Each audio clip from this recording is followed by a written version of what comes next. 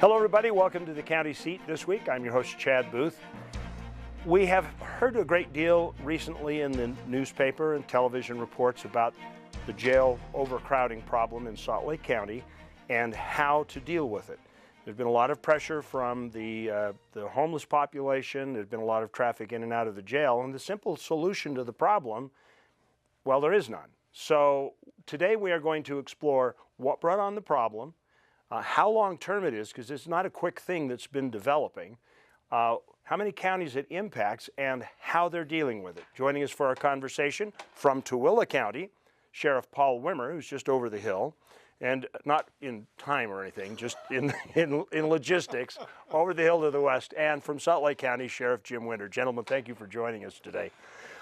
So I want to start by, you know, it's like people woke up one day and that I talked to and say, well, where did all this come from? Didn't we just build a new jail? And didn't we already go and reopen up Oxbow? And didn't we do all this stuff? So why all of a sudden do we have this problem where we're turning people in and out? I thought I would let you start with that. Well, I think that was a perfect entry to the conversation, because that really does seem to be at the heart of what I think is a huge misunderstanding. To put the facts in perspective, Salt Lake County constructed its last jail in 2000. It is a 2,000-bed facility, and that was filled to capacity almost immediately upon completion in the year 2000. We also have a jail that is referred to as Oxbow. It's a 600-bed facility, but it has been laid dormant for about a decade. Just recently, when I say recently, within the last 3 years, we were able to get 200 of those beds open. So the total capacity in Salt Lake County is about 2,200 beds. However, since the jail was constructed and open, Salt Lake County has increased its population by almost 300,000 people. Now, if one takes into account the explosion in population, plus the natural evolution of a densely packed urban center, plus all the other factors you've mentioned, to say that people are surprised that there is no jail space is a little dumbfounding. Imagine if we hadn't built any roads since 2000, or schools, or you name it. People just take it for granted that those mechanisms of infrastructure are constructed. But when it comes to jail bed, we've had essentially a moratorium on it for coming up now on 2 decades. So that kind of raises an interesting point. Paul, you're just, I could say you're over the hill. Out in Tooele County, you're also in a growth cycle in the county, but it doesn't seem as relatively a big deal. Is that a proportional thing? We did build a new jail in 2011. However, it was overbuilt significantly for future planning. The designers of it and the prior leadership understood that Tooele County is a growing concern, and that our need for beds in the future are going to grow exponentially. However, there is a trade-off to that, as you have to pay for a bigger jail than you may need. And so part of the way we mitigate that expense is contract beds until we personally need them for our own population. And that is mostly contracted through the Department of Corrections with the state? Most of our contract is through the United States Marshal's Office. So most of ours are federal inmates. That's very interesting. You know, a few years ago, in one of our early county seats, we were talking about just the cost of medicating people who are in the jail system, because you have full care and custody for them, and you threw some staggering figure out that almost threw me on the floor. I was so overwhelmed by it. What does it cost you to keep 2,200 beds? Well, how one views that can be looked at either from a daily core rate, that is to say, what does it cost per person per day, and right now it's $106. To house one person in the jail for a day is $106. If you factor in things like we have fairly robust mental health capabilities that we have to have given the densities and the type of clientele we have. We have a very comprehensive medical, as you said. I don't think people understand that when an individual is brought into the jail, they lose all their insurance. You pay for their medical bills. I want to kind of pick up where we left off and come back and talk about how this is a win-win for the surrounding counties that are trying to help Salt Lake out of this problem. We'll be back on the county seat in just a second. There is a place where looking out means looking in. where an impression lasting only a few seconds will be imprinted on a life forever, where courage is forged and innocence rediscovered, where remembering is rewarding and forgetting unforgettable. There is a place where truth is felt and where seeing is believing. There is a place. It's one more, here we go again. I tell myself I'm not in love, but one more time is not enough. One last kiss and then you were gone, and I'm here wishing you could stay a little longer. Stay a little longer. Wishing you could stay a little longer.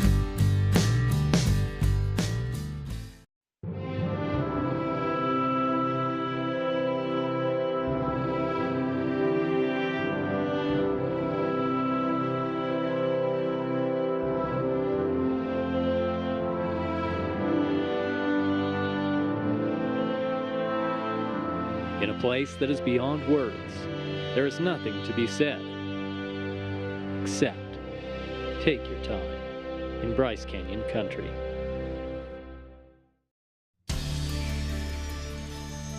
Welcome back to the county seat. We are talking about jail crowding, which has certainly been a talked about topic here along the Wasatch Front in recent months. All right, so I'm looking at some of these surrounding counties in counties across the state that have thought ahead and seen the opportunity for jail contracting so they can build that for future growth, as you talked about, Paul. And now I'm seeing Salt Lake that tried to build ahead, but the population caught up with them by the time they got the darn thing built. And so what it looks like is you've got a win-win situation. How does this work out on your end? It works out quite well for us in that we are always looking for a way to mitigate the expense of a jail that was overbuilt, because there's been a lot of criticism from the public for that $25 million facility, you know, the most expensive capital project the county has ever taken on. And with that being the case, how do you pay for it until your population supports it? And federal contracting, contracting with the state, and in this case, contracting with Salt Lake County affords us an opportunity that we're actually looking for. Let's talk about the logistics for a minute, because it's, you know, as we were talking before the show, I thought, well, people in Tooele can't be very happy about this, because you're going to pack somebody up from Salt Lake, send them out there, they'll spend their 90 days, you give them $20 and let them out the door in Tooele. Whoa. Before you put that narrative out there. They're booked in Salt Lake County, they're transported to Sheriff Wimmer's facility, and once their obligation has ceased, we'll bring them back to Salt Lake County. So all processing and including intake and outtake will occur in Salt Lake County. So we're leaving nobody behind. Leave no trace. And if they were, we have our own transportation vans. We can get them home. Okay. Yeah, there you go. So how is that process going to work exactly? I mean, you're going to do the intake on them. You're going to help perfect whatever the sentencing is to put them through the process, and they're going to transfer them out to your jail. Are they technically still in your custody, or are they technically in the legal custody of Tooele County? A little bit of both.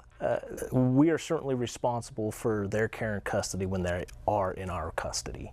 And so that responsibility, liability, whatever you want to call it, falls upon the Tooele County Sheriff's Office or the Tooele County government.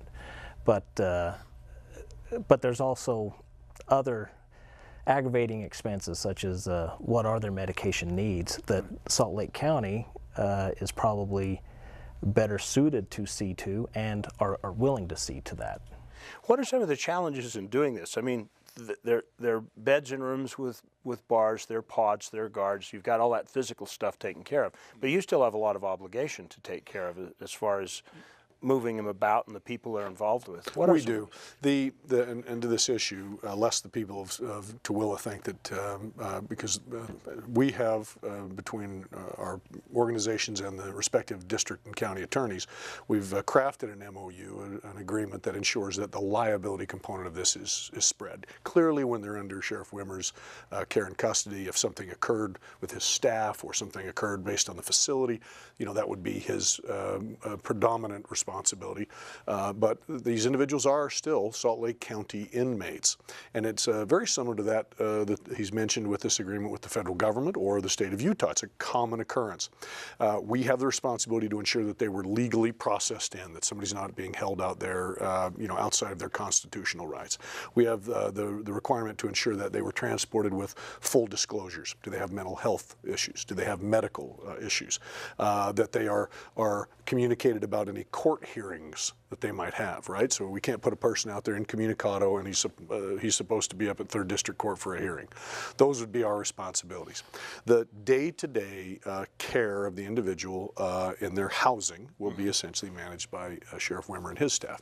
But again, although it's novel because it's county to county, and by the way, there are other counties in the state that are doing this. Ironically, Grand County presently, because they are going through a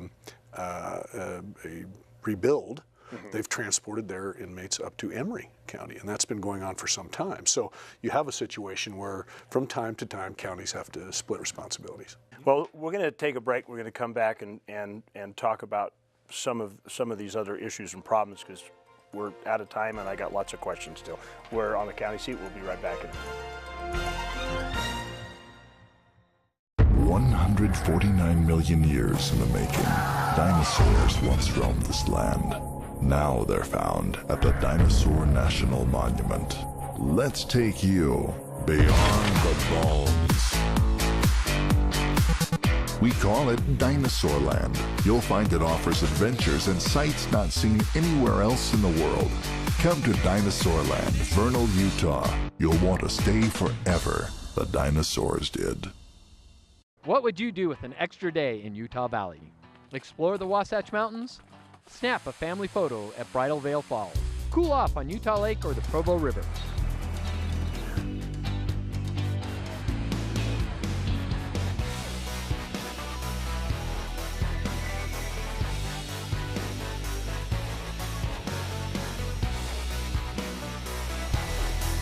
No matter what you're searching for, you can find it in Utah Valley. Bring everyone together.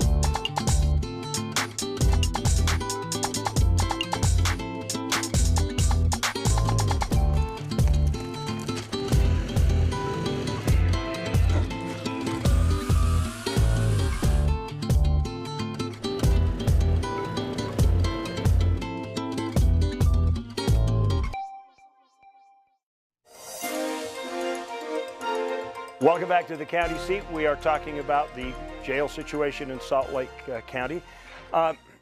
So we were talking about the fact that you still, as Salt Lake County, have some responsibilities and there are some logistical problems. If somebody gets sick, then you've got to come pick them up, bring them back into like the University Hospital or wherever you go for medical care. You have to be responsible for getting them to any court dates. What do you do about visitation? We're working out a model right now. Some individuals will be able to, and we realize it's a little bit of a inconvenience, and I don't want to mitigate it, but some people will travel to Tooele. But we also are working with all the facilities that we're engaging in to develop remote visitation opportunities, kind of a Skype kind of an approach, okay. and that's pretty common throughout the state. I was going to say, if you have some of these other counties that you list, who are you potentially going to work with? Well, one of the more distant would be Beaver. And again, it's still evolving. We're trying, every sheriff has been very gracious, and they're looking at their total capacities, because we have the potential to place up to 300 individuals. That's a fair number given the total number of beds in the state. So, I mean, they could be quite distant. Is 300 going to solve the problem? No. Solving the problem is really is where I take not exception with, but I mean, people have to be clear. We've done an analysis right now in terms of based on population and other factors, and we know we are at least 500 beds short of what we should be to even manage our daily book in and book out. Now, if you talk about being more efficient and effective for instance, drug treatment and other programs, you would need to expand that even more. So, you know, if we have 300 that we have remotely, it helps. Does it solve, or are we going to see visible, you know, major alterations? I guess we'll have to wait and see. But it's a doggone nice first step. You know, I mean, it's better than having no beds, right? I think it serves as a stopgap for the time being. The solution to this has got to be much bigger and long-term. More expensive. Yeah. So my question to you, Paul, is if you're looking at Tooele County, which is you know, another big growing county, and you're looking down the road, is this making alarm bells go off for you on future planning already? Yes, and that's the thing that I kind of chuckle inside when you talk about, do we leave them in Tooele? Well, a lot of Salt Lake residents that can be challenging for society come out there anyway, and so there's not a checkpoint at the county line, and we share in a lot of the same criminal element. Are the residents of Salt Lake County going to have to address this issue by looking at expanding the jail? I mean, they got to put that on the books This year, and that's one of the tensions that we're having right now in my in the political world. Is I have advocated strong and heavy, and will continue to do so, for a tax increase, and people gnash their teeth, and they, you know, are going to be upset at me saying that. We've underfunded this particular resource for 2 decades, all with the promise that we were going to see more treatment beds and more alternatives to incarceration, and they just have not materialized. We made a decision as a state to not fund Medicaid expansion, which was going to provide significant mental health and drug treatment. We didn't fund that. We haven't funded new beds for drug treatment for years. And at the same time, we haven't funded beds to actually incapacitate or to deter crime. So, you know, no one should be surprised if now there's a bill coming due. And we are you know, what we can do is manage our facilities, but we manage them within the context of the budgets that we are given. Absolutely. So, just so people get an idea, what is the average stay of somebody in the jail? You must have some kind of number, you know. Are they in for, you know, Otis was in for like 60 days, you know, or 30 days, or whenever he wanted the key. But there is probably an average stay. What is that? Ours is right now 23 days, but it you know, it ebbs and flows slightly.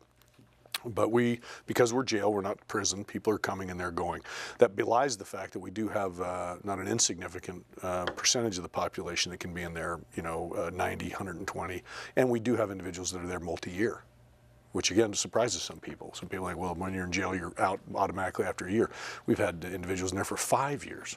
So, but if you collapse it all down, the average length of stay, 23 days. Does that vary from county to county? Is your average time in jail any different than that in Tooele? No, I think it's very similar in that that's the average stay. But you know, you have a certain group of the population where it seems like they're all the time, because they're in and then they're back out and then they're back in, and my goodness, there's times I go walk through the jail and I thought, what is he still doing here? And they go, well, he's not, he's back. And it's just the nature of the business. He like brings his pictures in a suitcase with him when he checks in. Pretty much. We have some individuals that will be booked 150 plus times a year. I'm speechless at that. Most people are. It's stunning. It's just stunning. And what it should demonstrate to people is that jail is not a solution. That's the other factor that just must be addressed here is whatever the other peripheral problems, if you're going to say that the individuals commit crimes or engage in activities and the only solution we can muster is to put them into this box and somehow they're magically going to be cured, it's madness. We can build jails and hold them, and that length of stay will probably not alter fundamentally. We have got to start looking at what are the other elements of this criminal justice system. And it's easy to blame a jail, but we got to start looking at the broader picture. So what would you advocate for? I mean, you've got some of the same people in your county that cross the border. Yeah. Well, obviously, addiction's a huge contributor to our population in a jail. Mental illness is another one that is so heavily unfunded throughout the state. We have people in our facility waiting for a bed at the state hospital. We are not doing them any good by having them in our facility. They are not getting the treatment they need.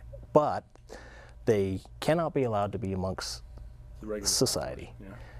But they're not getting better sitting in that cell. So do you, as guys that have long-term profession, you guys have been around this a long time, do you see this as a problem of, that's a proportional problem and that it is more prevalent now just because the population's bigger? Or is that percentage of population that is suffering with mental health and addictive problems growing? They're unquestionably the latter. I don't think anybody that's studied any element of criminology or sociology will deny this fact. Beginning clear back in the late 60s, early 70s with the deinstitutionalization of people, and then we never took the monies that were promised to treat people once they were removed from these institutions to approach any cure or even mitigation. So for decades we have unfunded the needs of people. And people don't like hearing that because we're a magnanimous society. We treat our citizens well. No, we don't. We do not give them the basic services, and they get worse and worse and worse. Lack of medical treatment. We're the largest indigent health care provider in the county. Salt Lake County Jail is. People come through with abscesses, broken arms, high-risk pregnancies, tumors, and the only place they can go to get treatment is the jail. I mean, Do you think some people get arrested just to get their dental? Dental's another one, So look, whether they get arrested specifically for that, the reality of it is they can get it nowhere else. And oftentimes, if you can't afford medical treatment, you're going to get addicted to pain medications because the only thing you can do is mitigate the pain through self-medication, drugs and alcohol. All right, we're going to take a break. We're going to come back for our closing thoughts. Look south to adventure. Look south to beauty. Look south to San Juan County. Out here, the road goes on forever, and what you'll find will change how you see the world. Climb on your OHV and discover forgotten landscapes and vistas that challenge the imagination. From Blanding and Monticello to the cliff faces of Monument Valley, we're open and ready for you to explore. San Juan County, Utah's Canyon Country. There's a little place on a Utah map where I was raised, where my heart's at, where the sagebrush grows wild and high, and the stars come out at night. Oh, there ain't nothing like being raised in the basin with a Ute reservation, skiing starvation, that Duchesne County life. Have you ever wanted to recreate the world around you? Add some excitement, culture, adventure? Well, there's no need to remake the world when that perfect combination already exists. Just remember 4 words. Welcome to Weber County.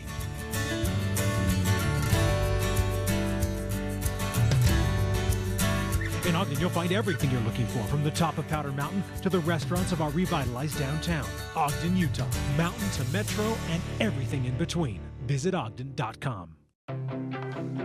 Too often we find ourselves in shoes like these, or these. Wouldn't it be nice to change into something more like this, or this? How about these? Put on whatever shoes you prefer and come to Beaver County. We have exactly the adventure you need to put under them. So the next time you want to change out of these, come to Beaver County where you can jump into a pair of these. Beaver County, Utah. Lace up for adventure.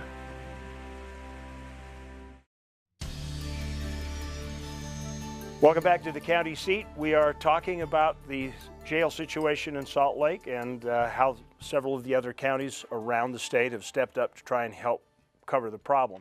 We kind of left this conversation at just this mind-boggling reality that this is a 2-decade problem in the making and that we don't have a simple solution for it. So how do we get here and what do we do?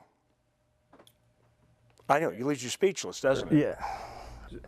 It's kind of the impossible puzzle, as in the swinging pendulum of incarceration versus treatment. And with the Justice Reinvestment Initiative, we've swung toward the treatment side of things. But the rollout of that was flawed in that I don't think it was fully funded, or at least not funded sufficiently to really bring it on in a manner in which it could be successful.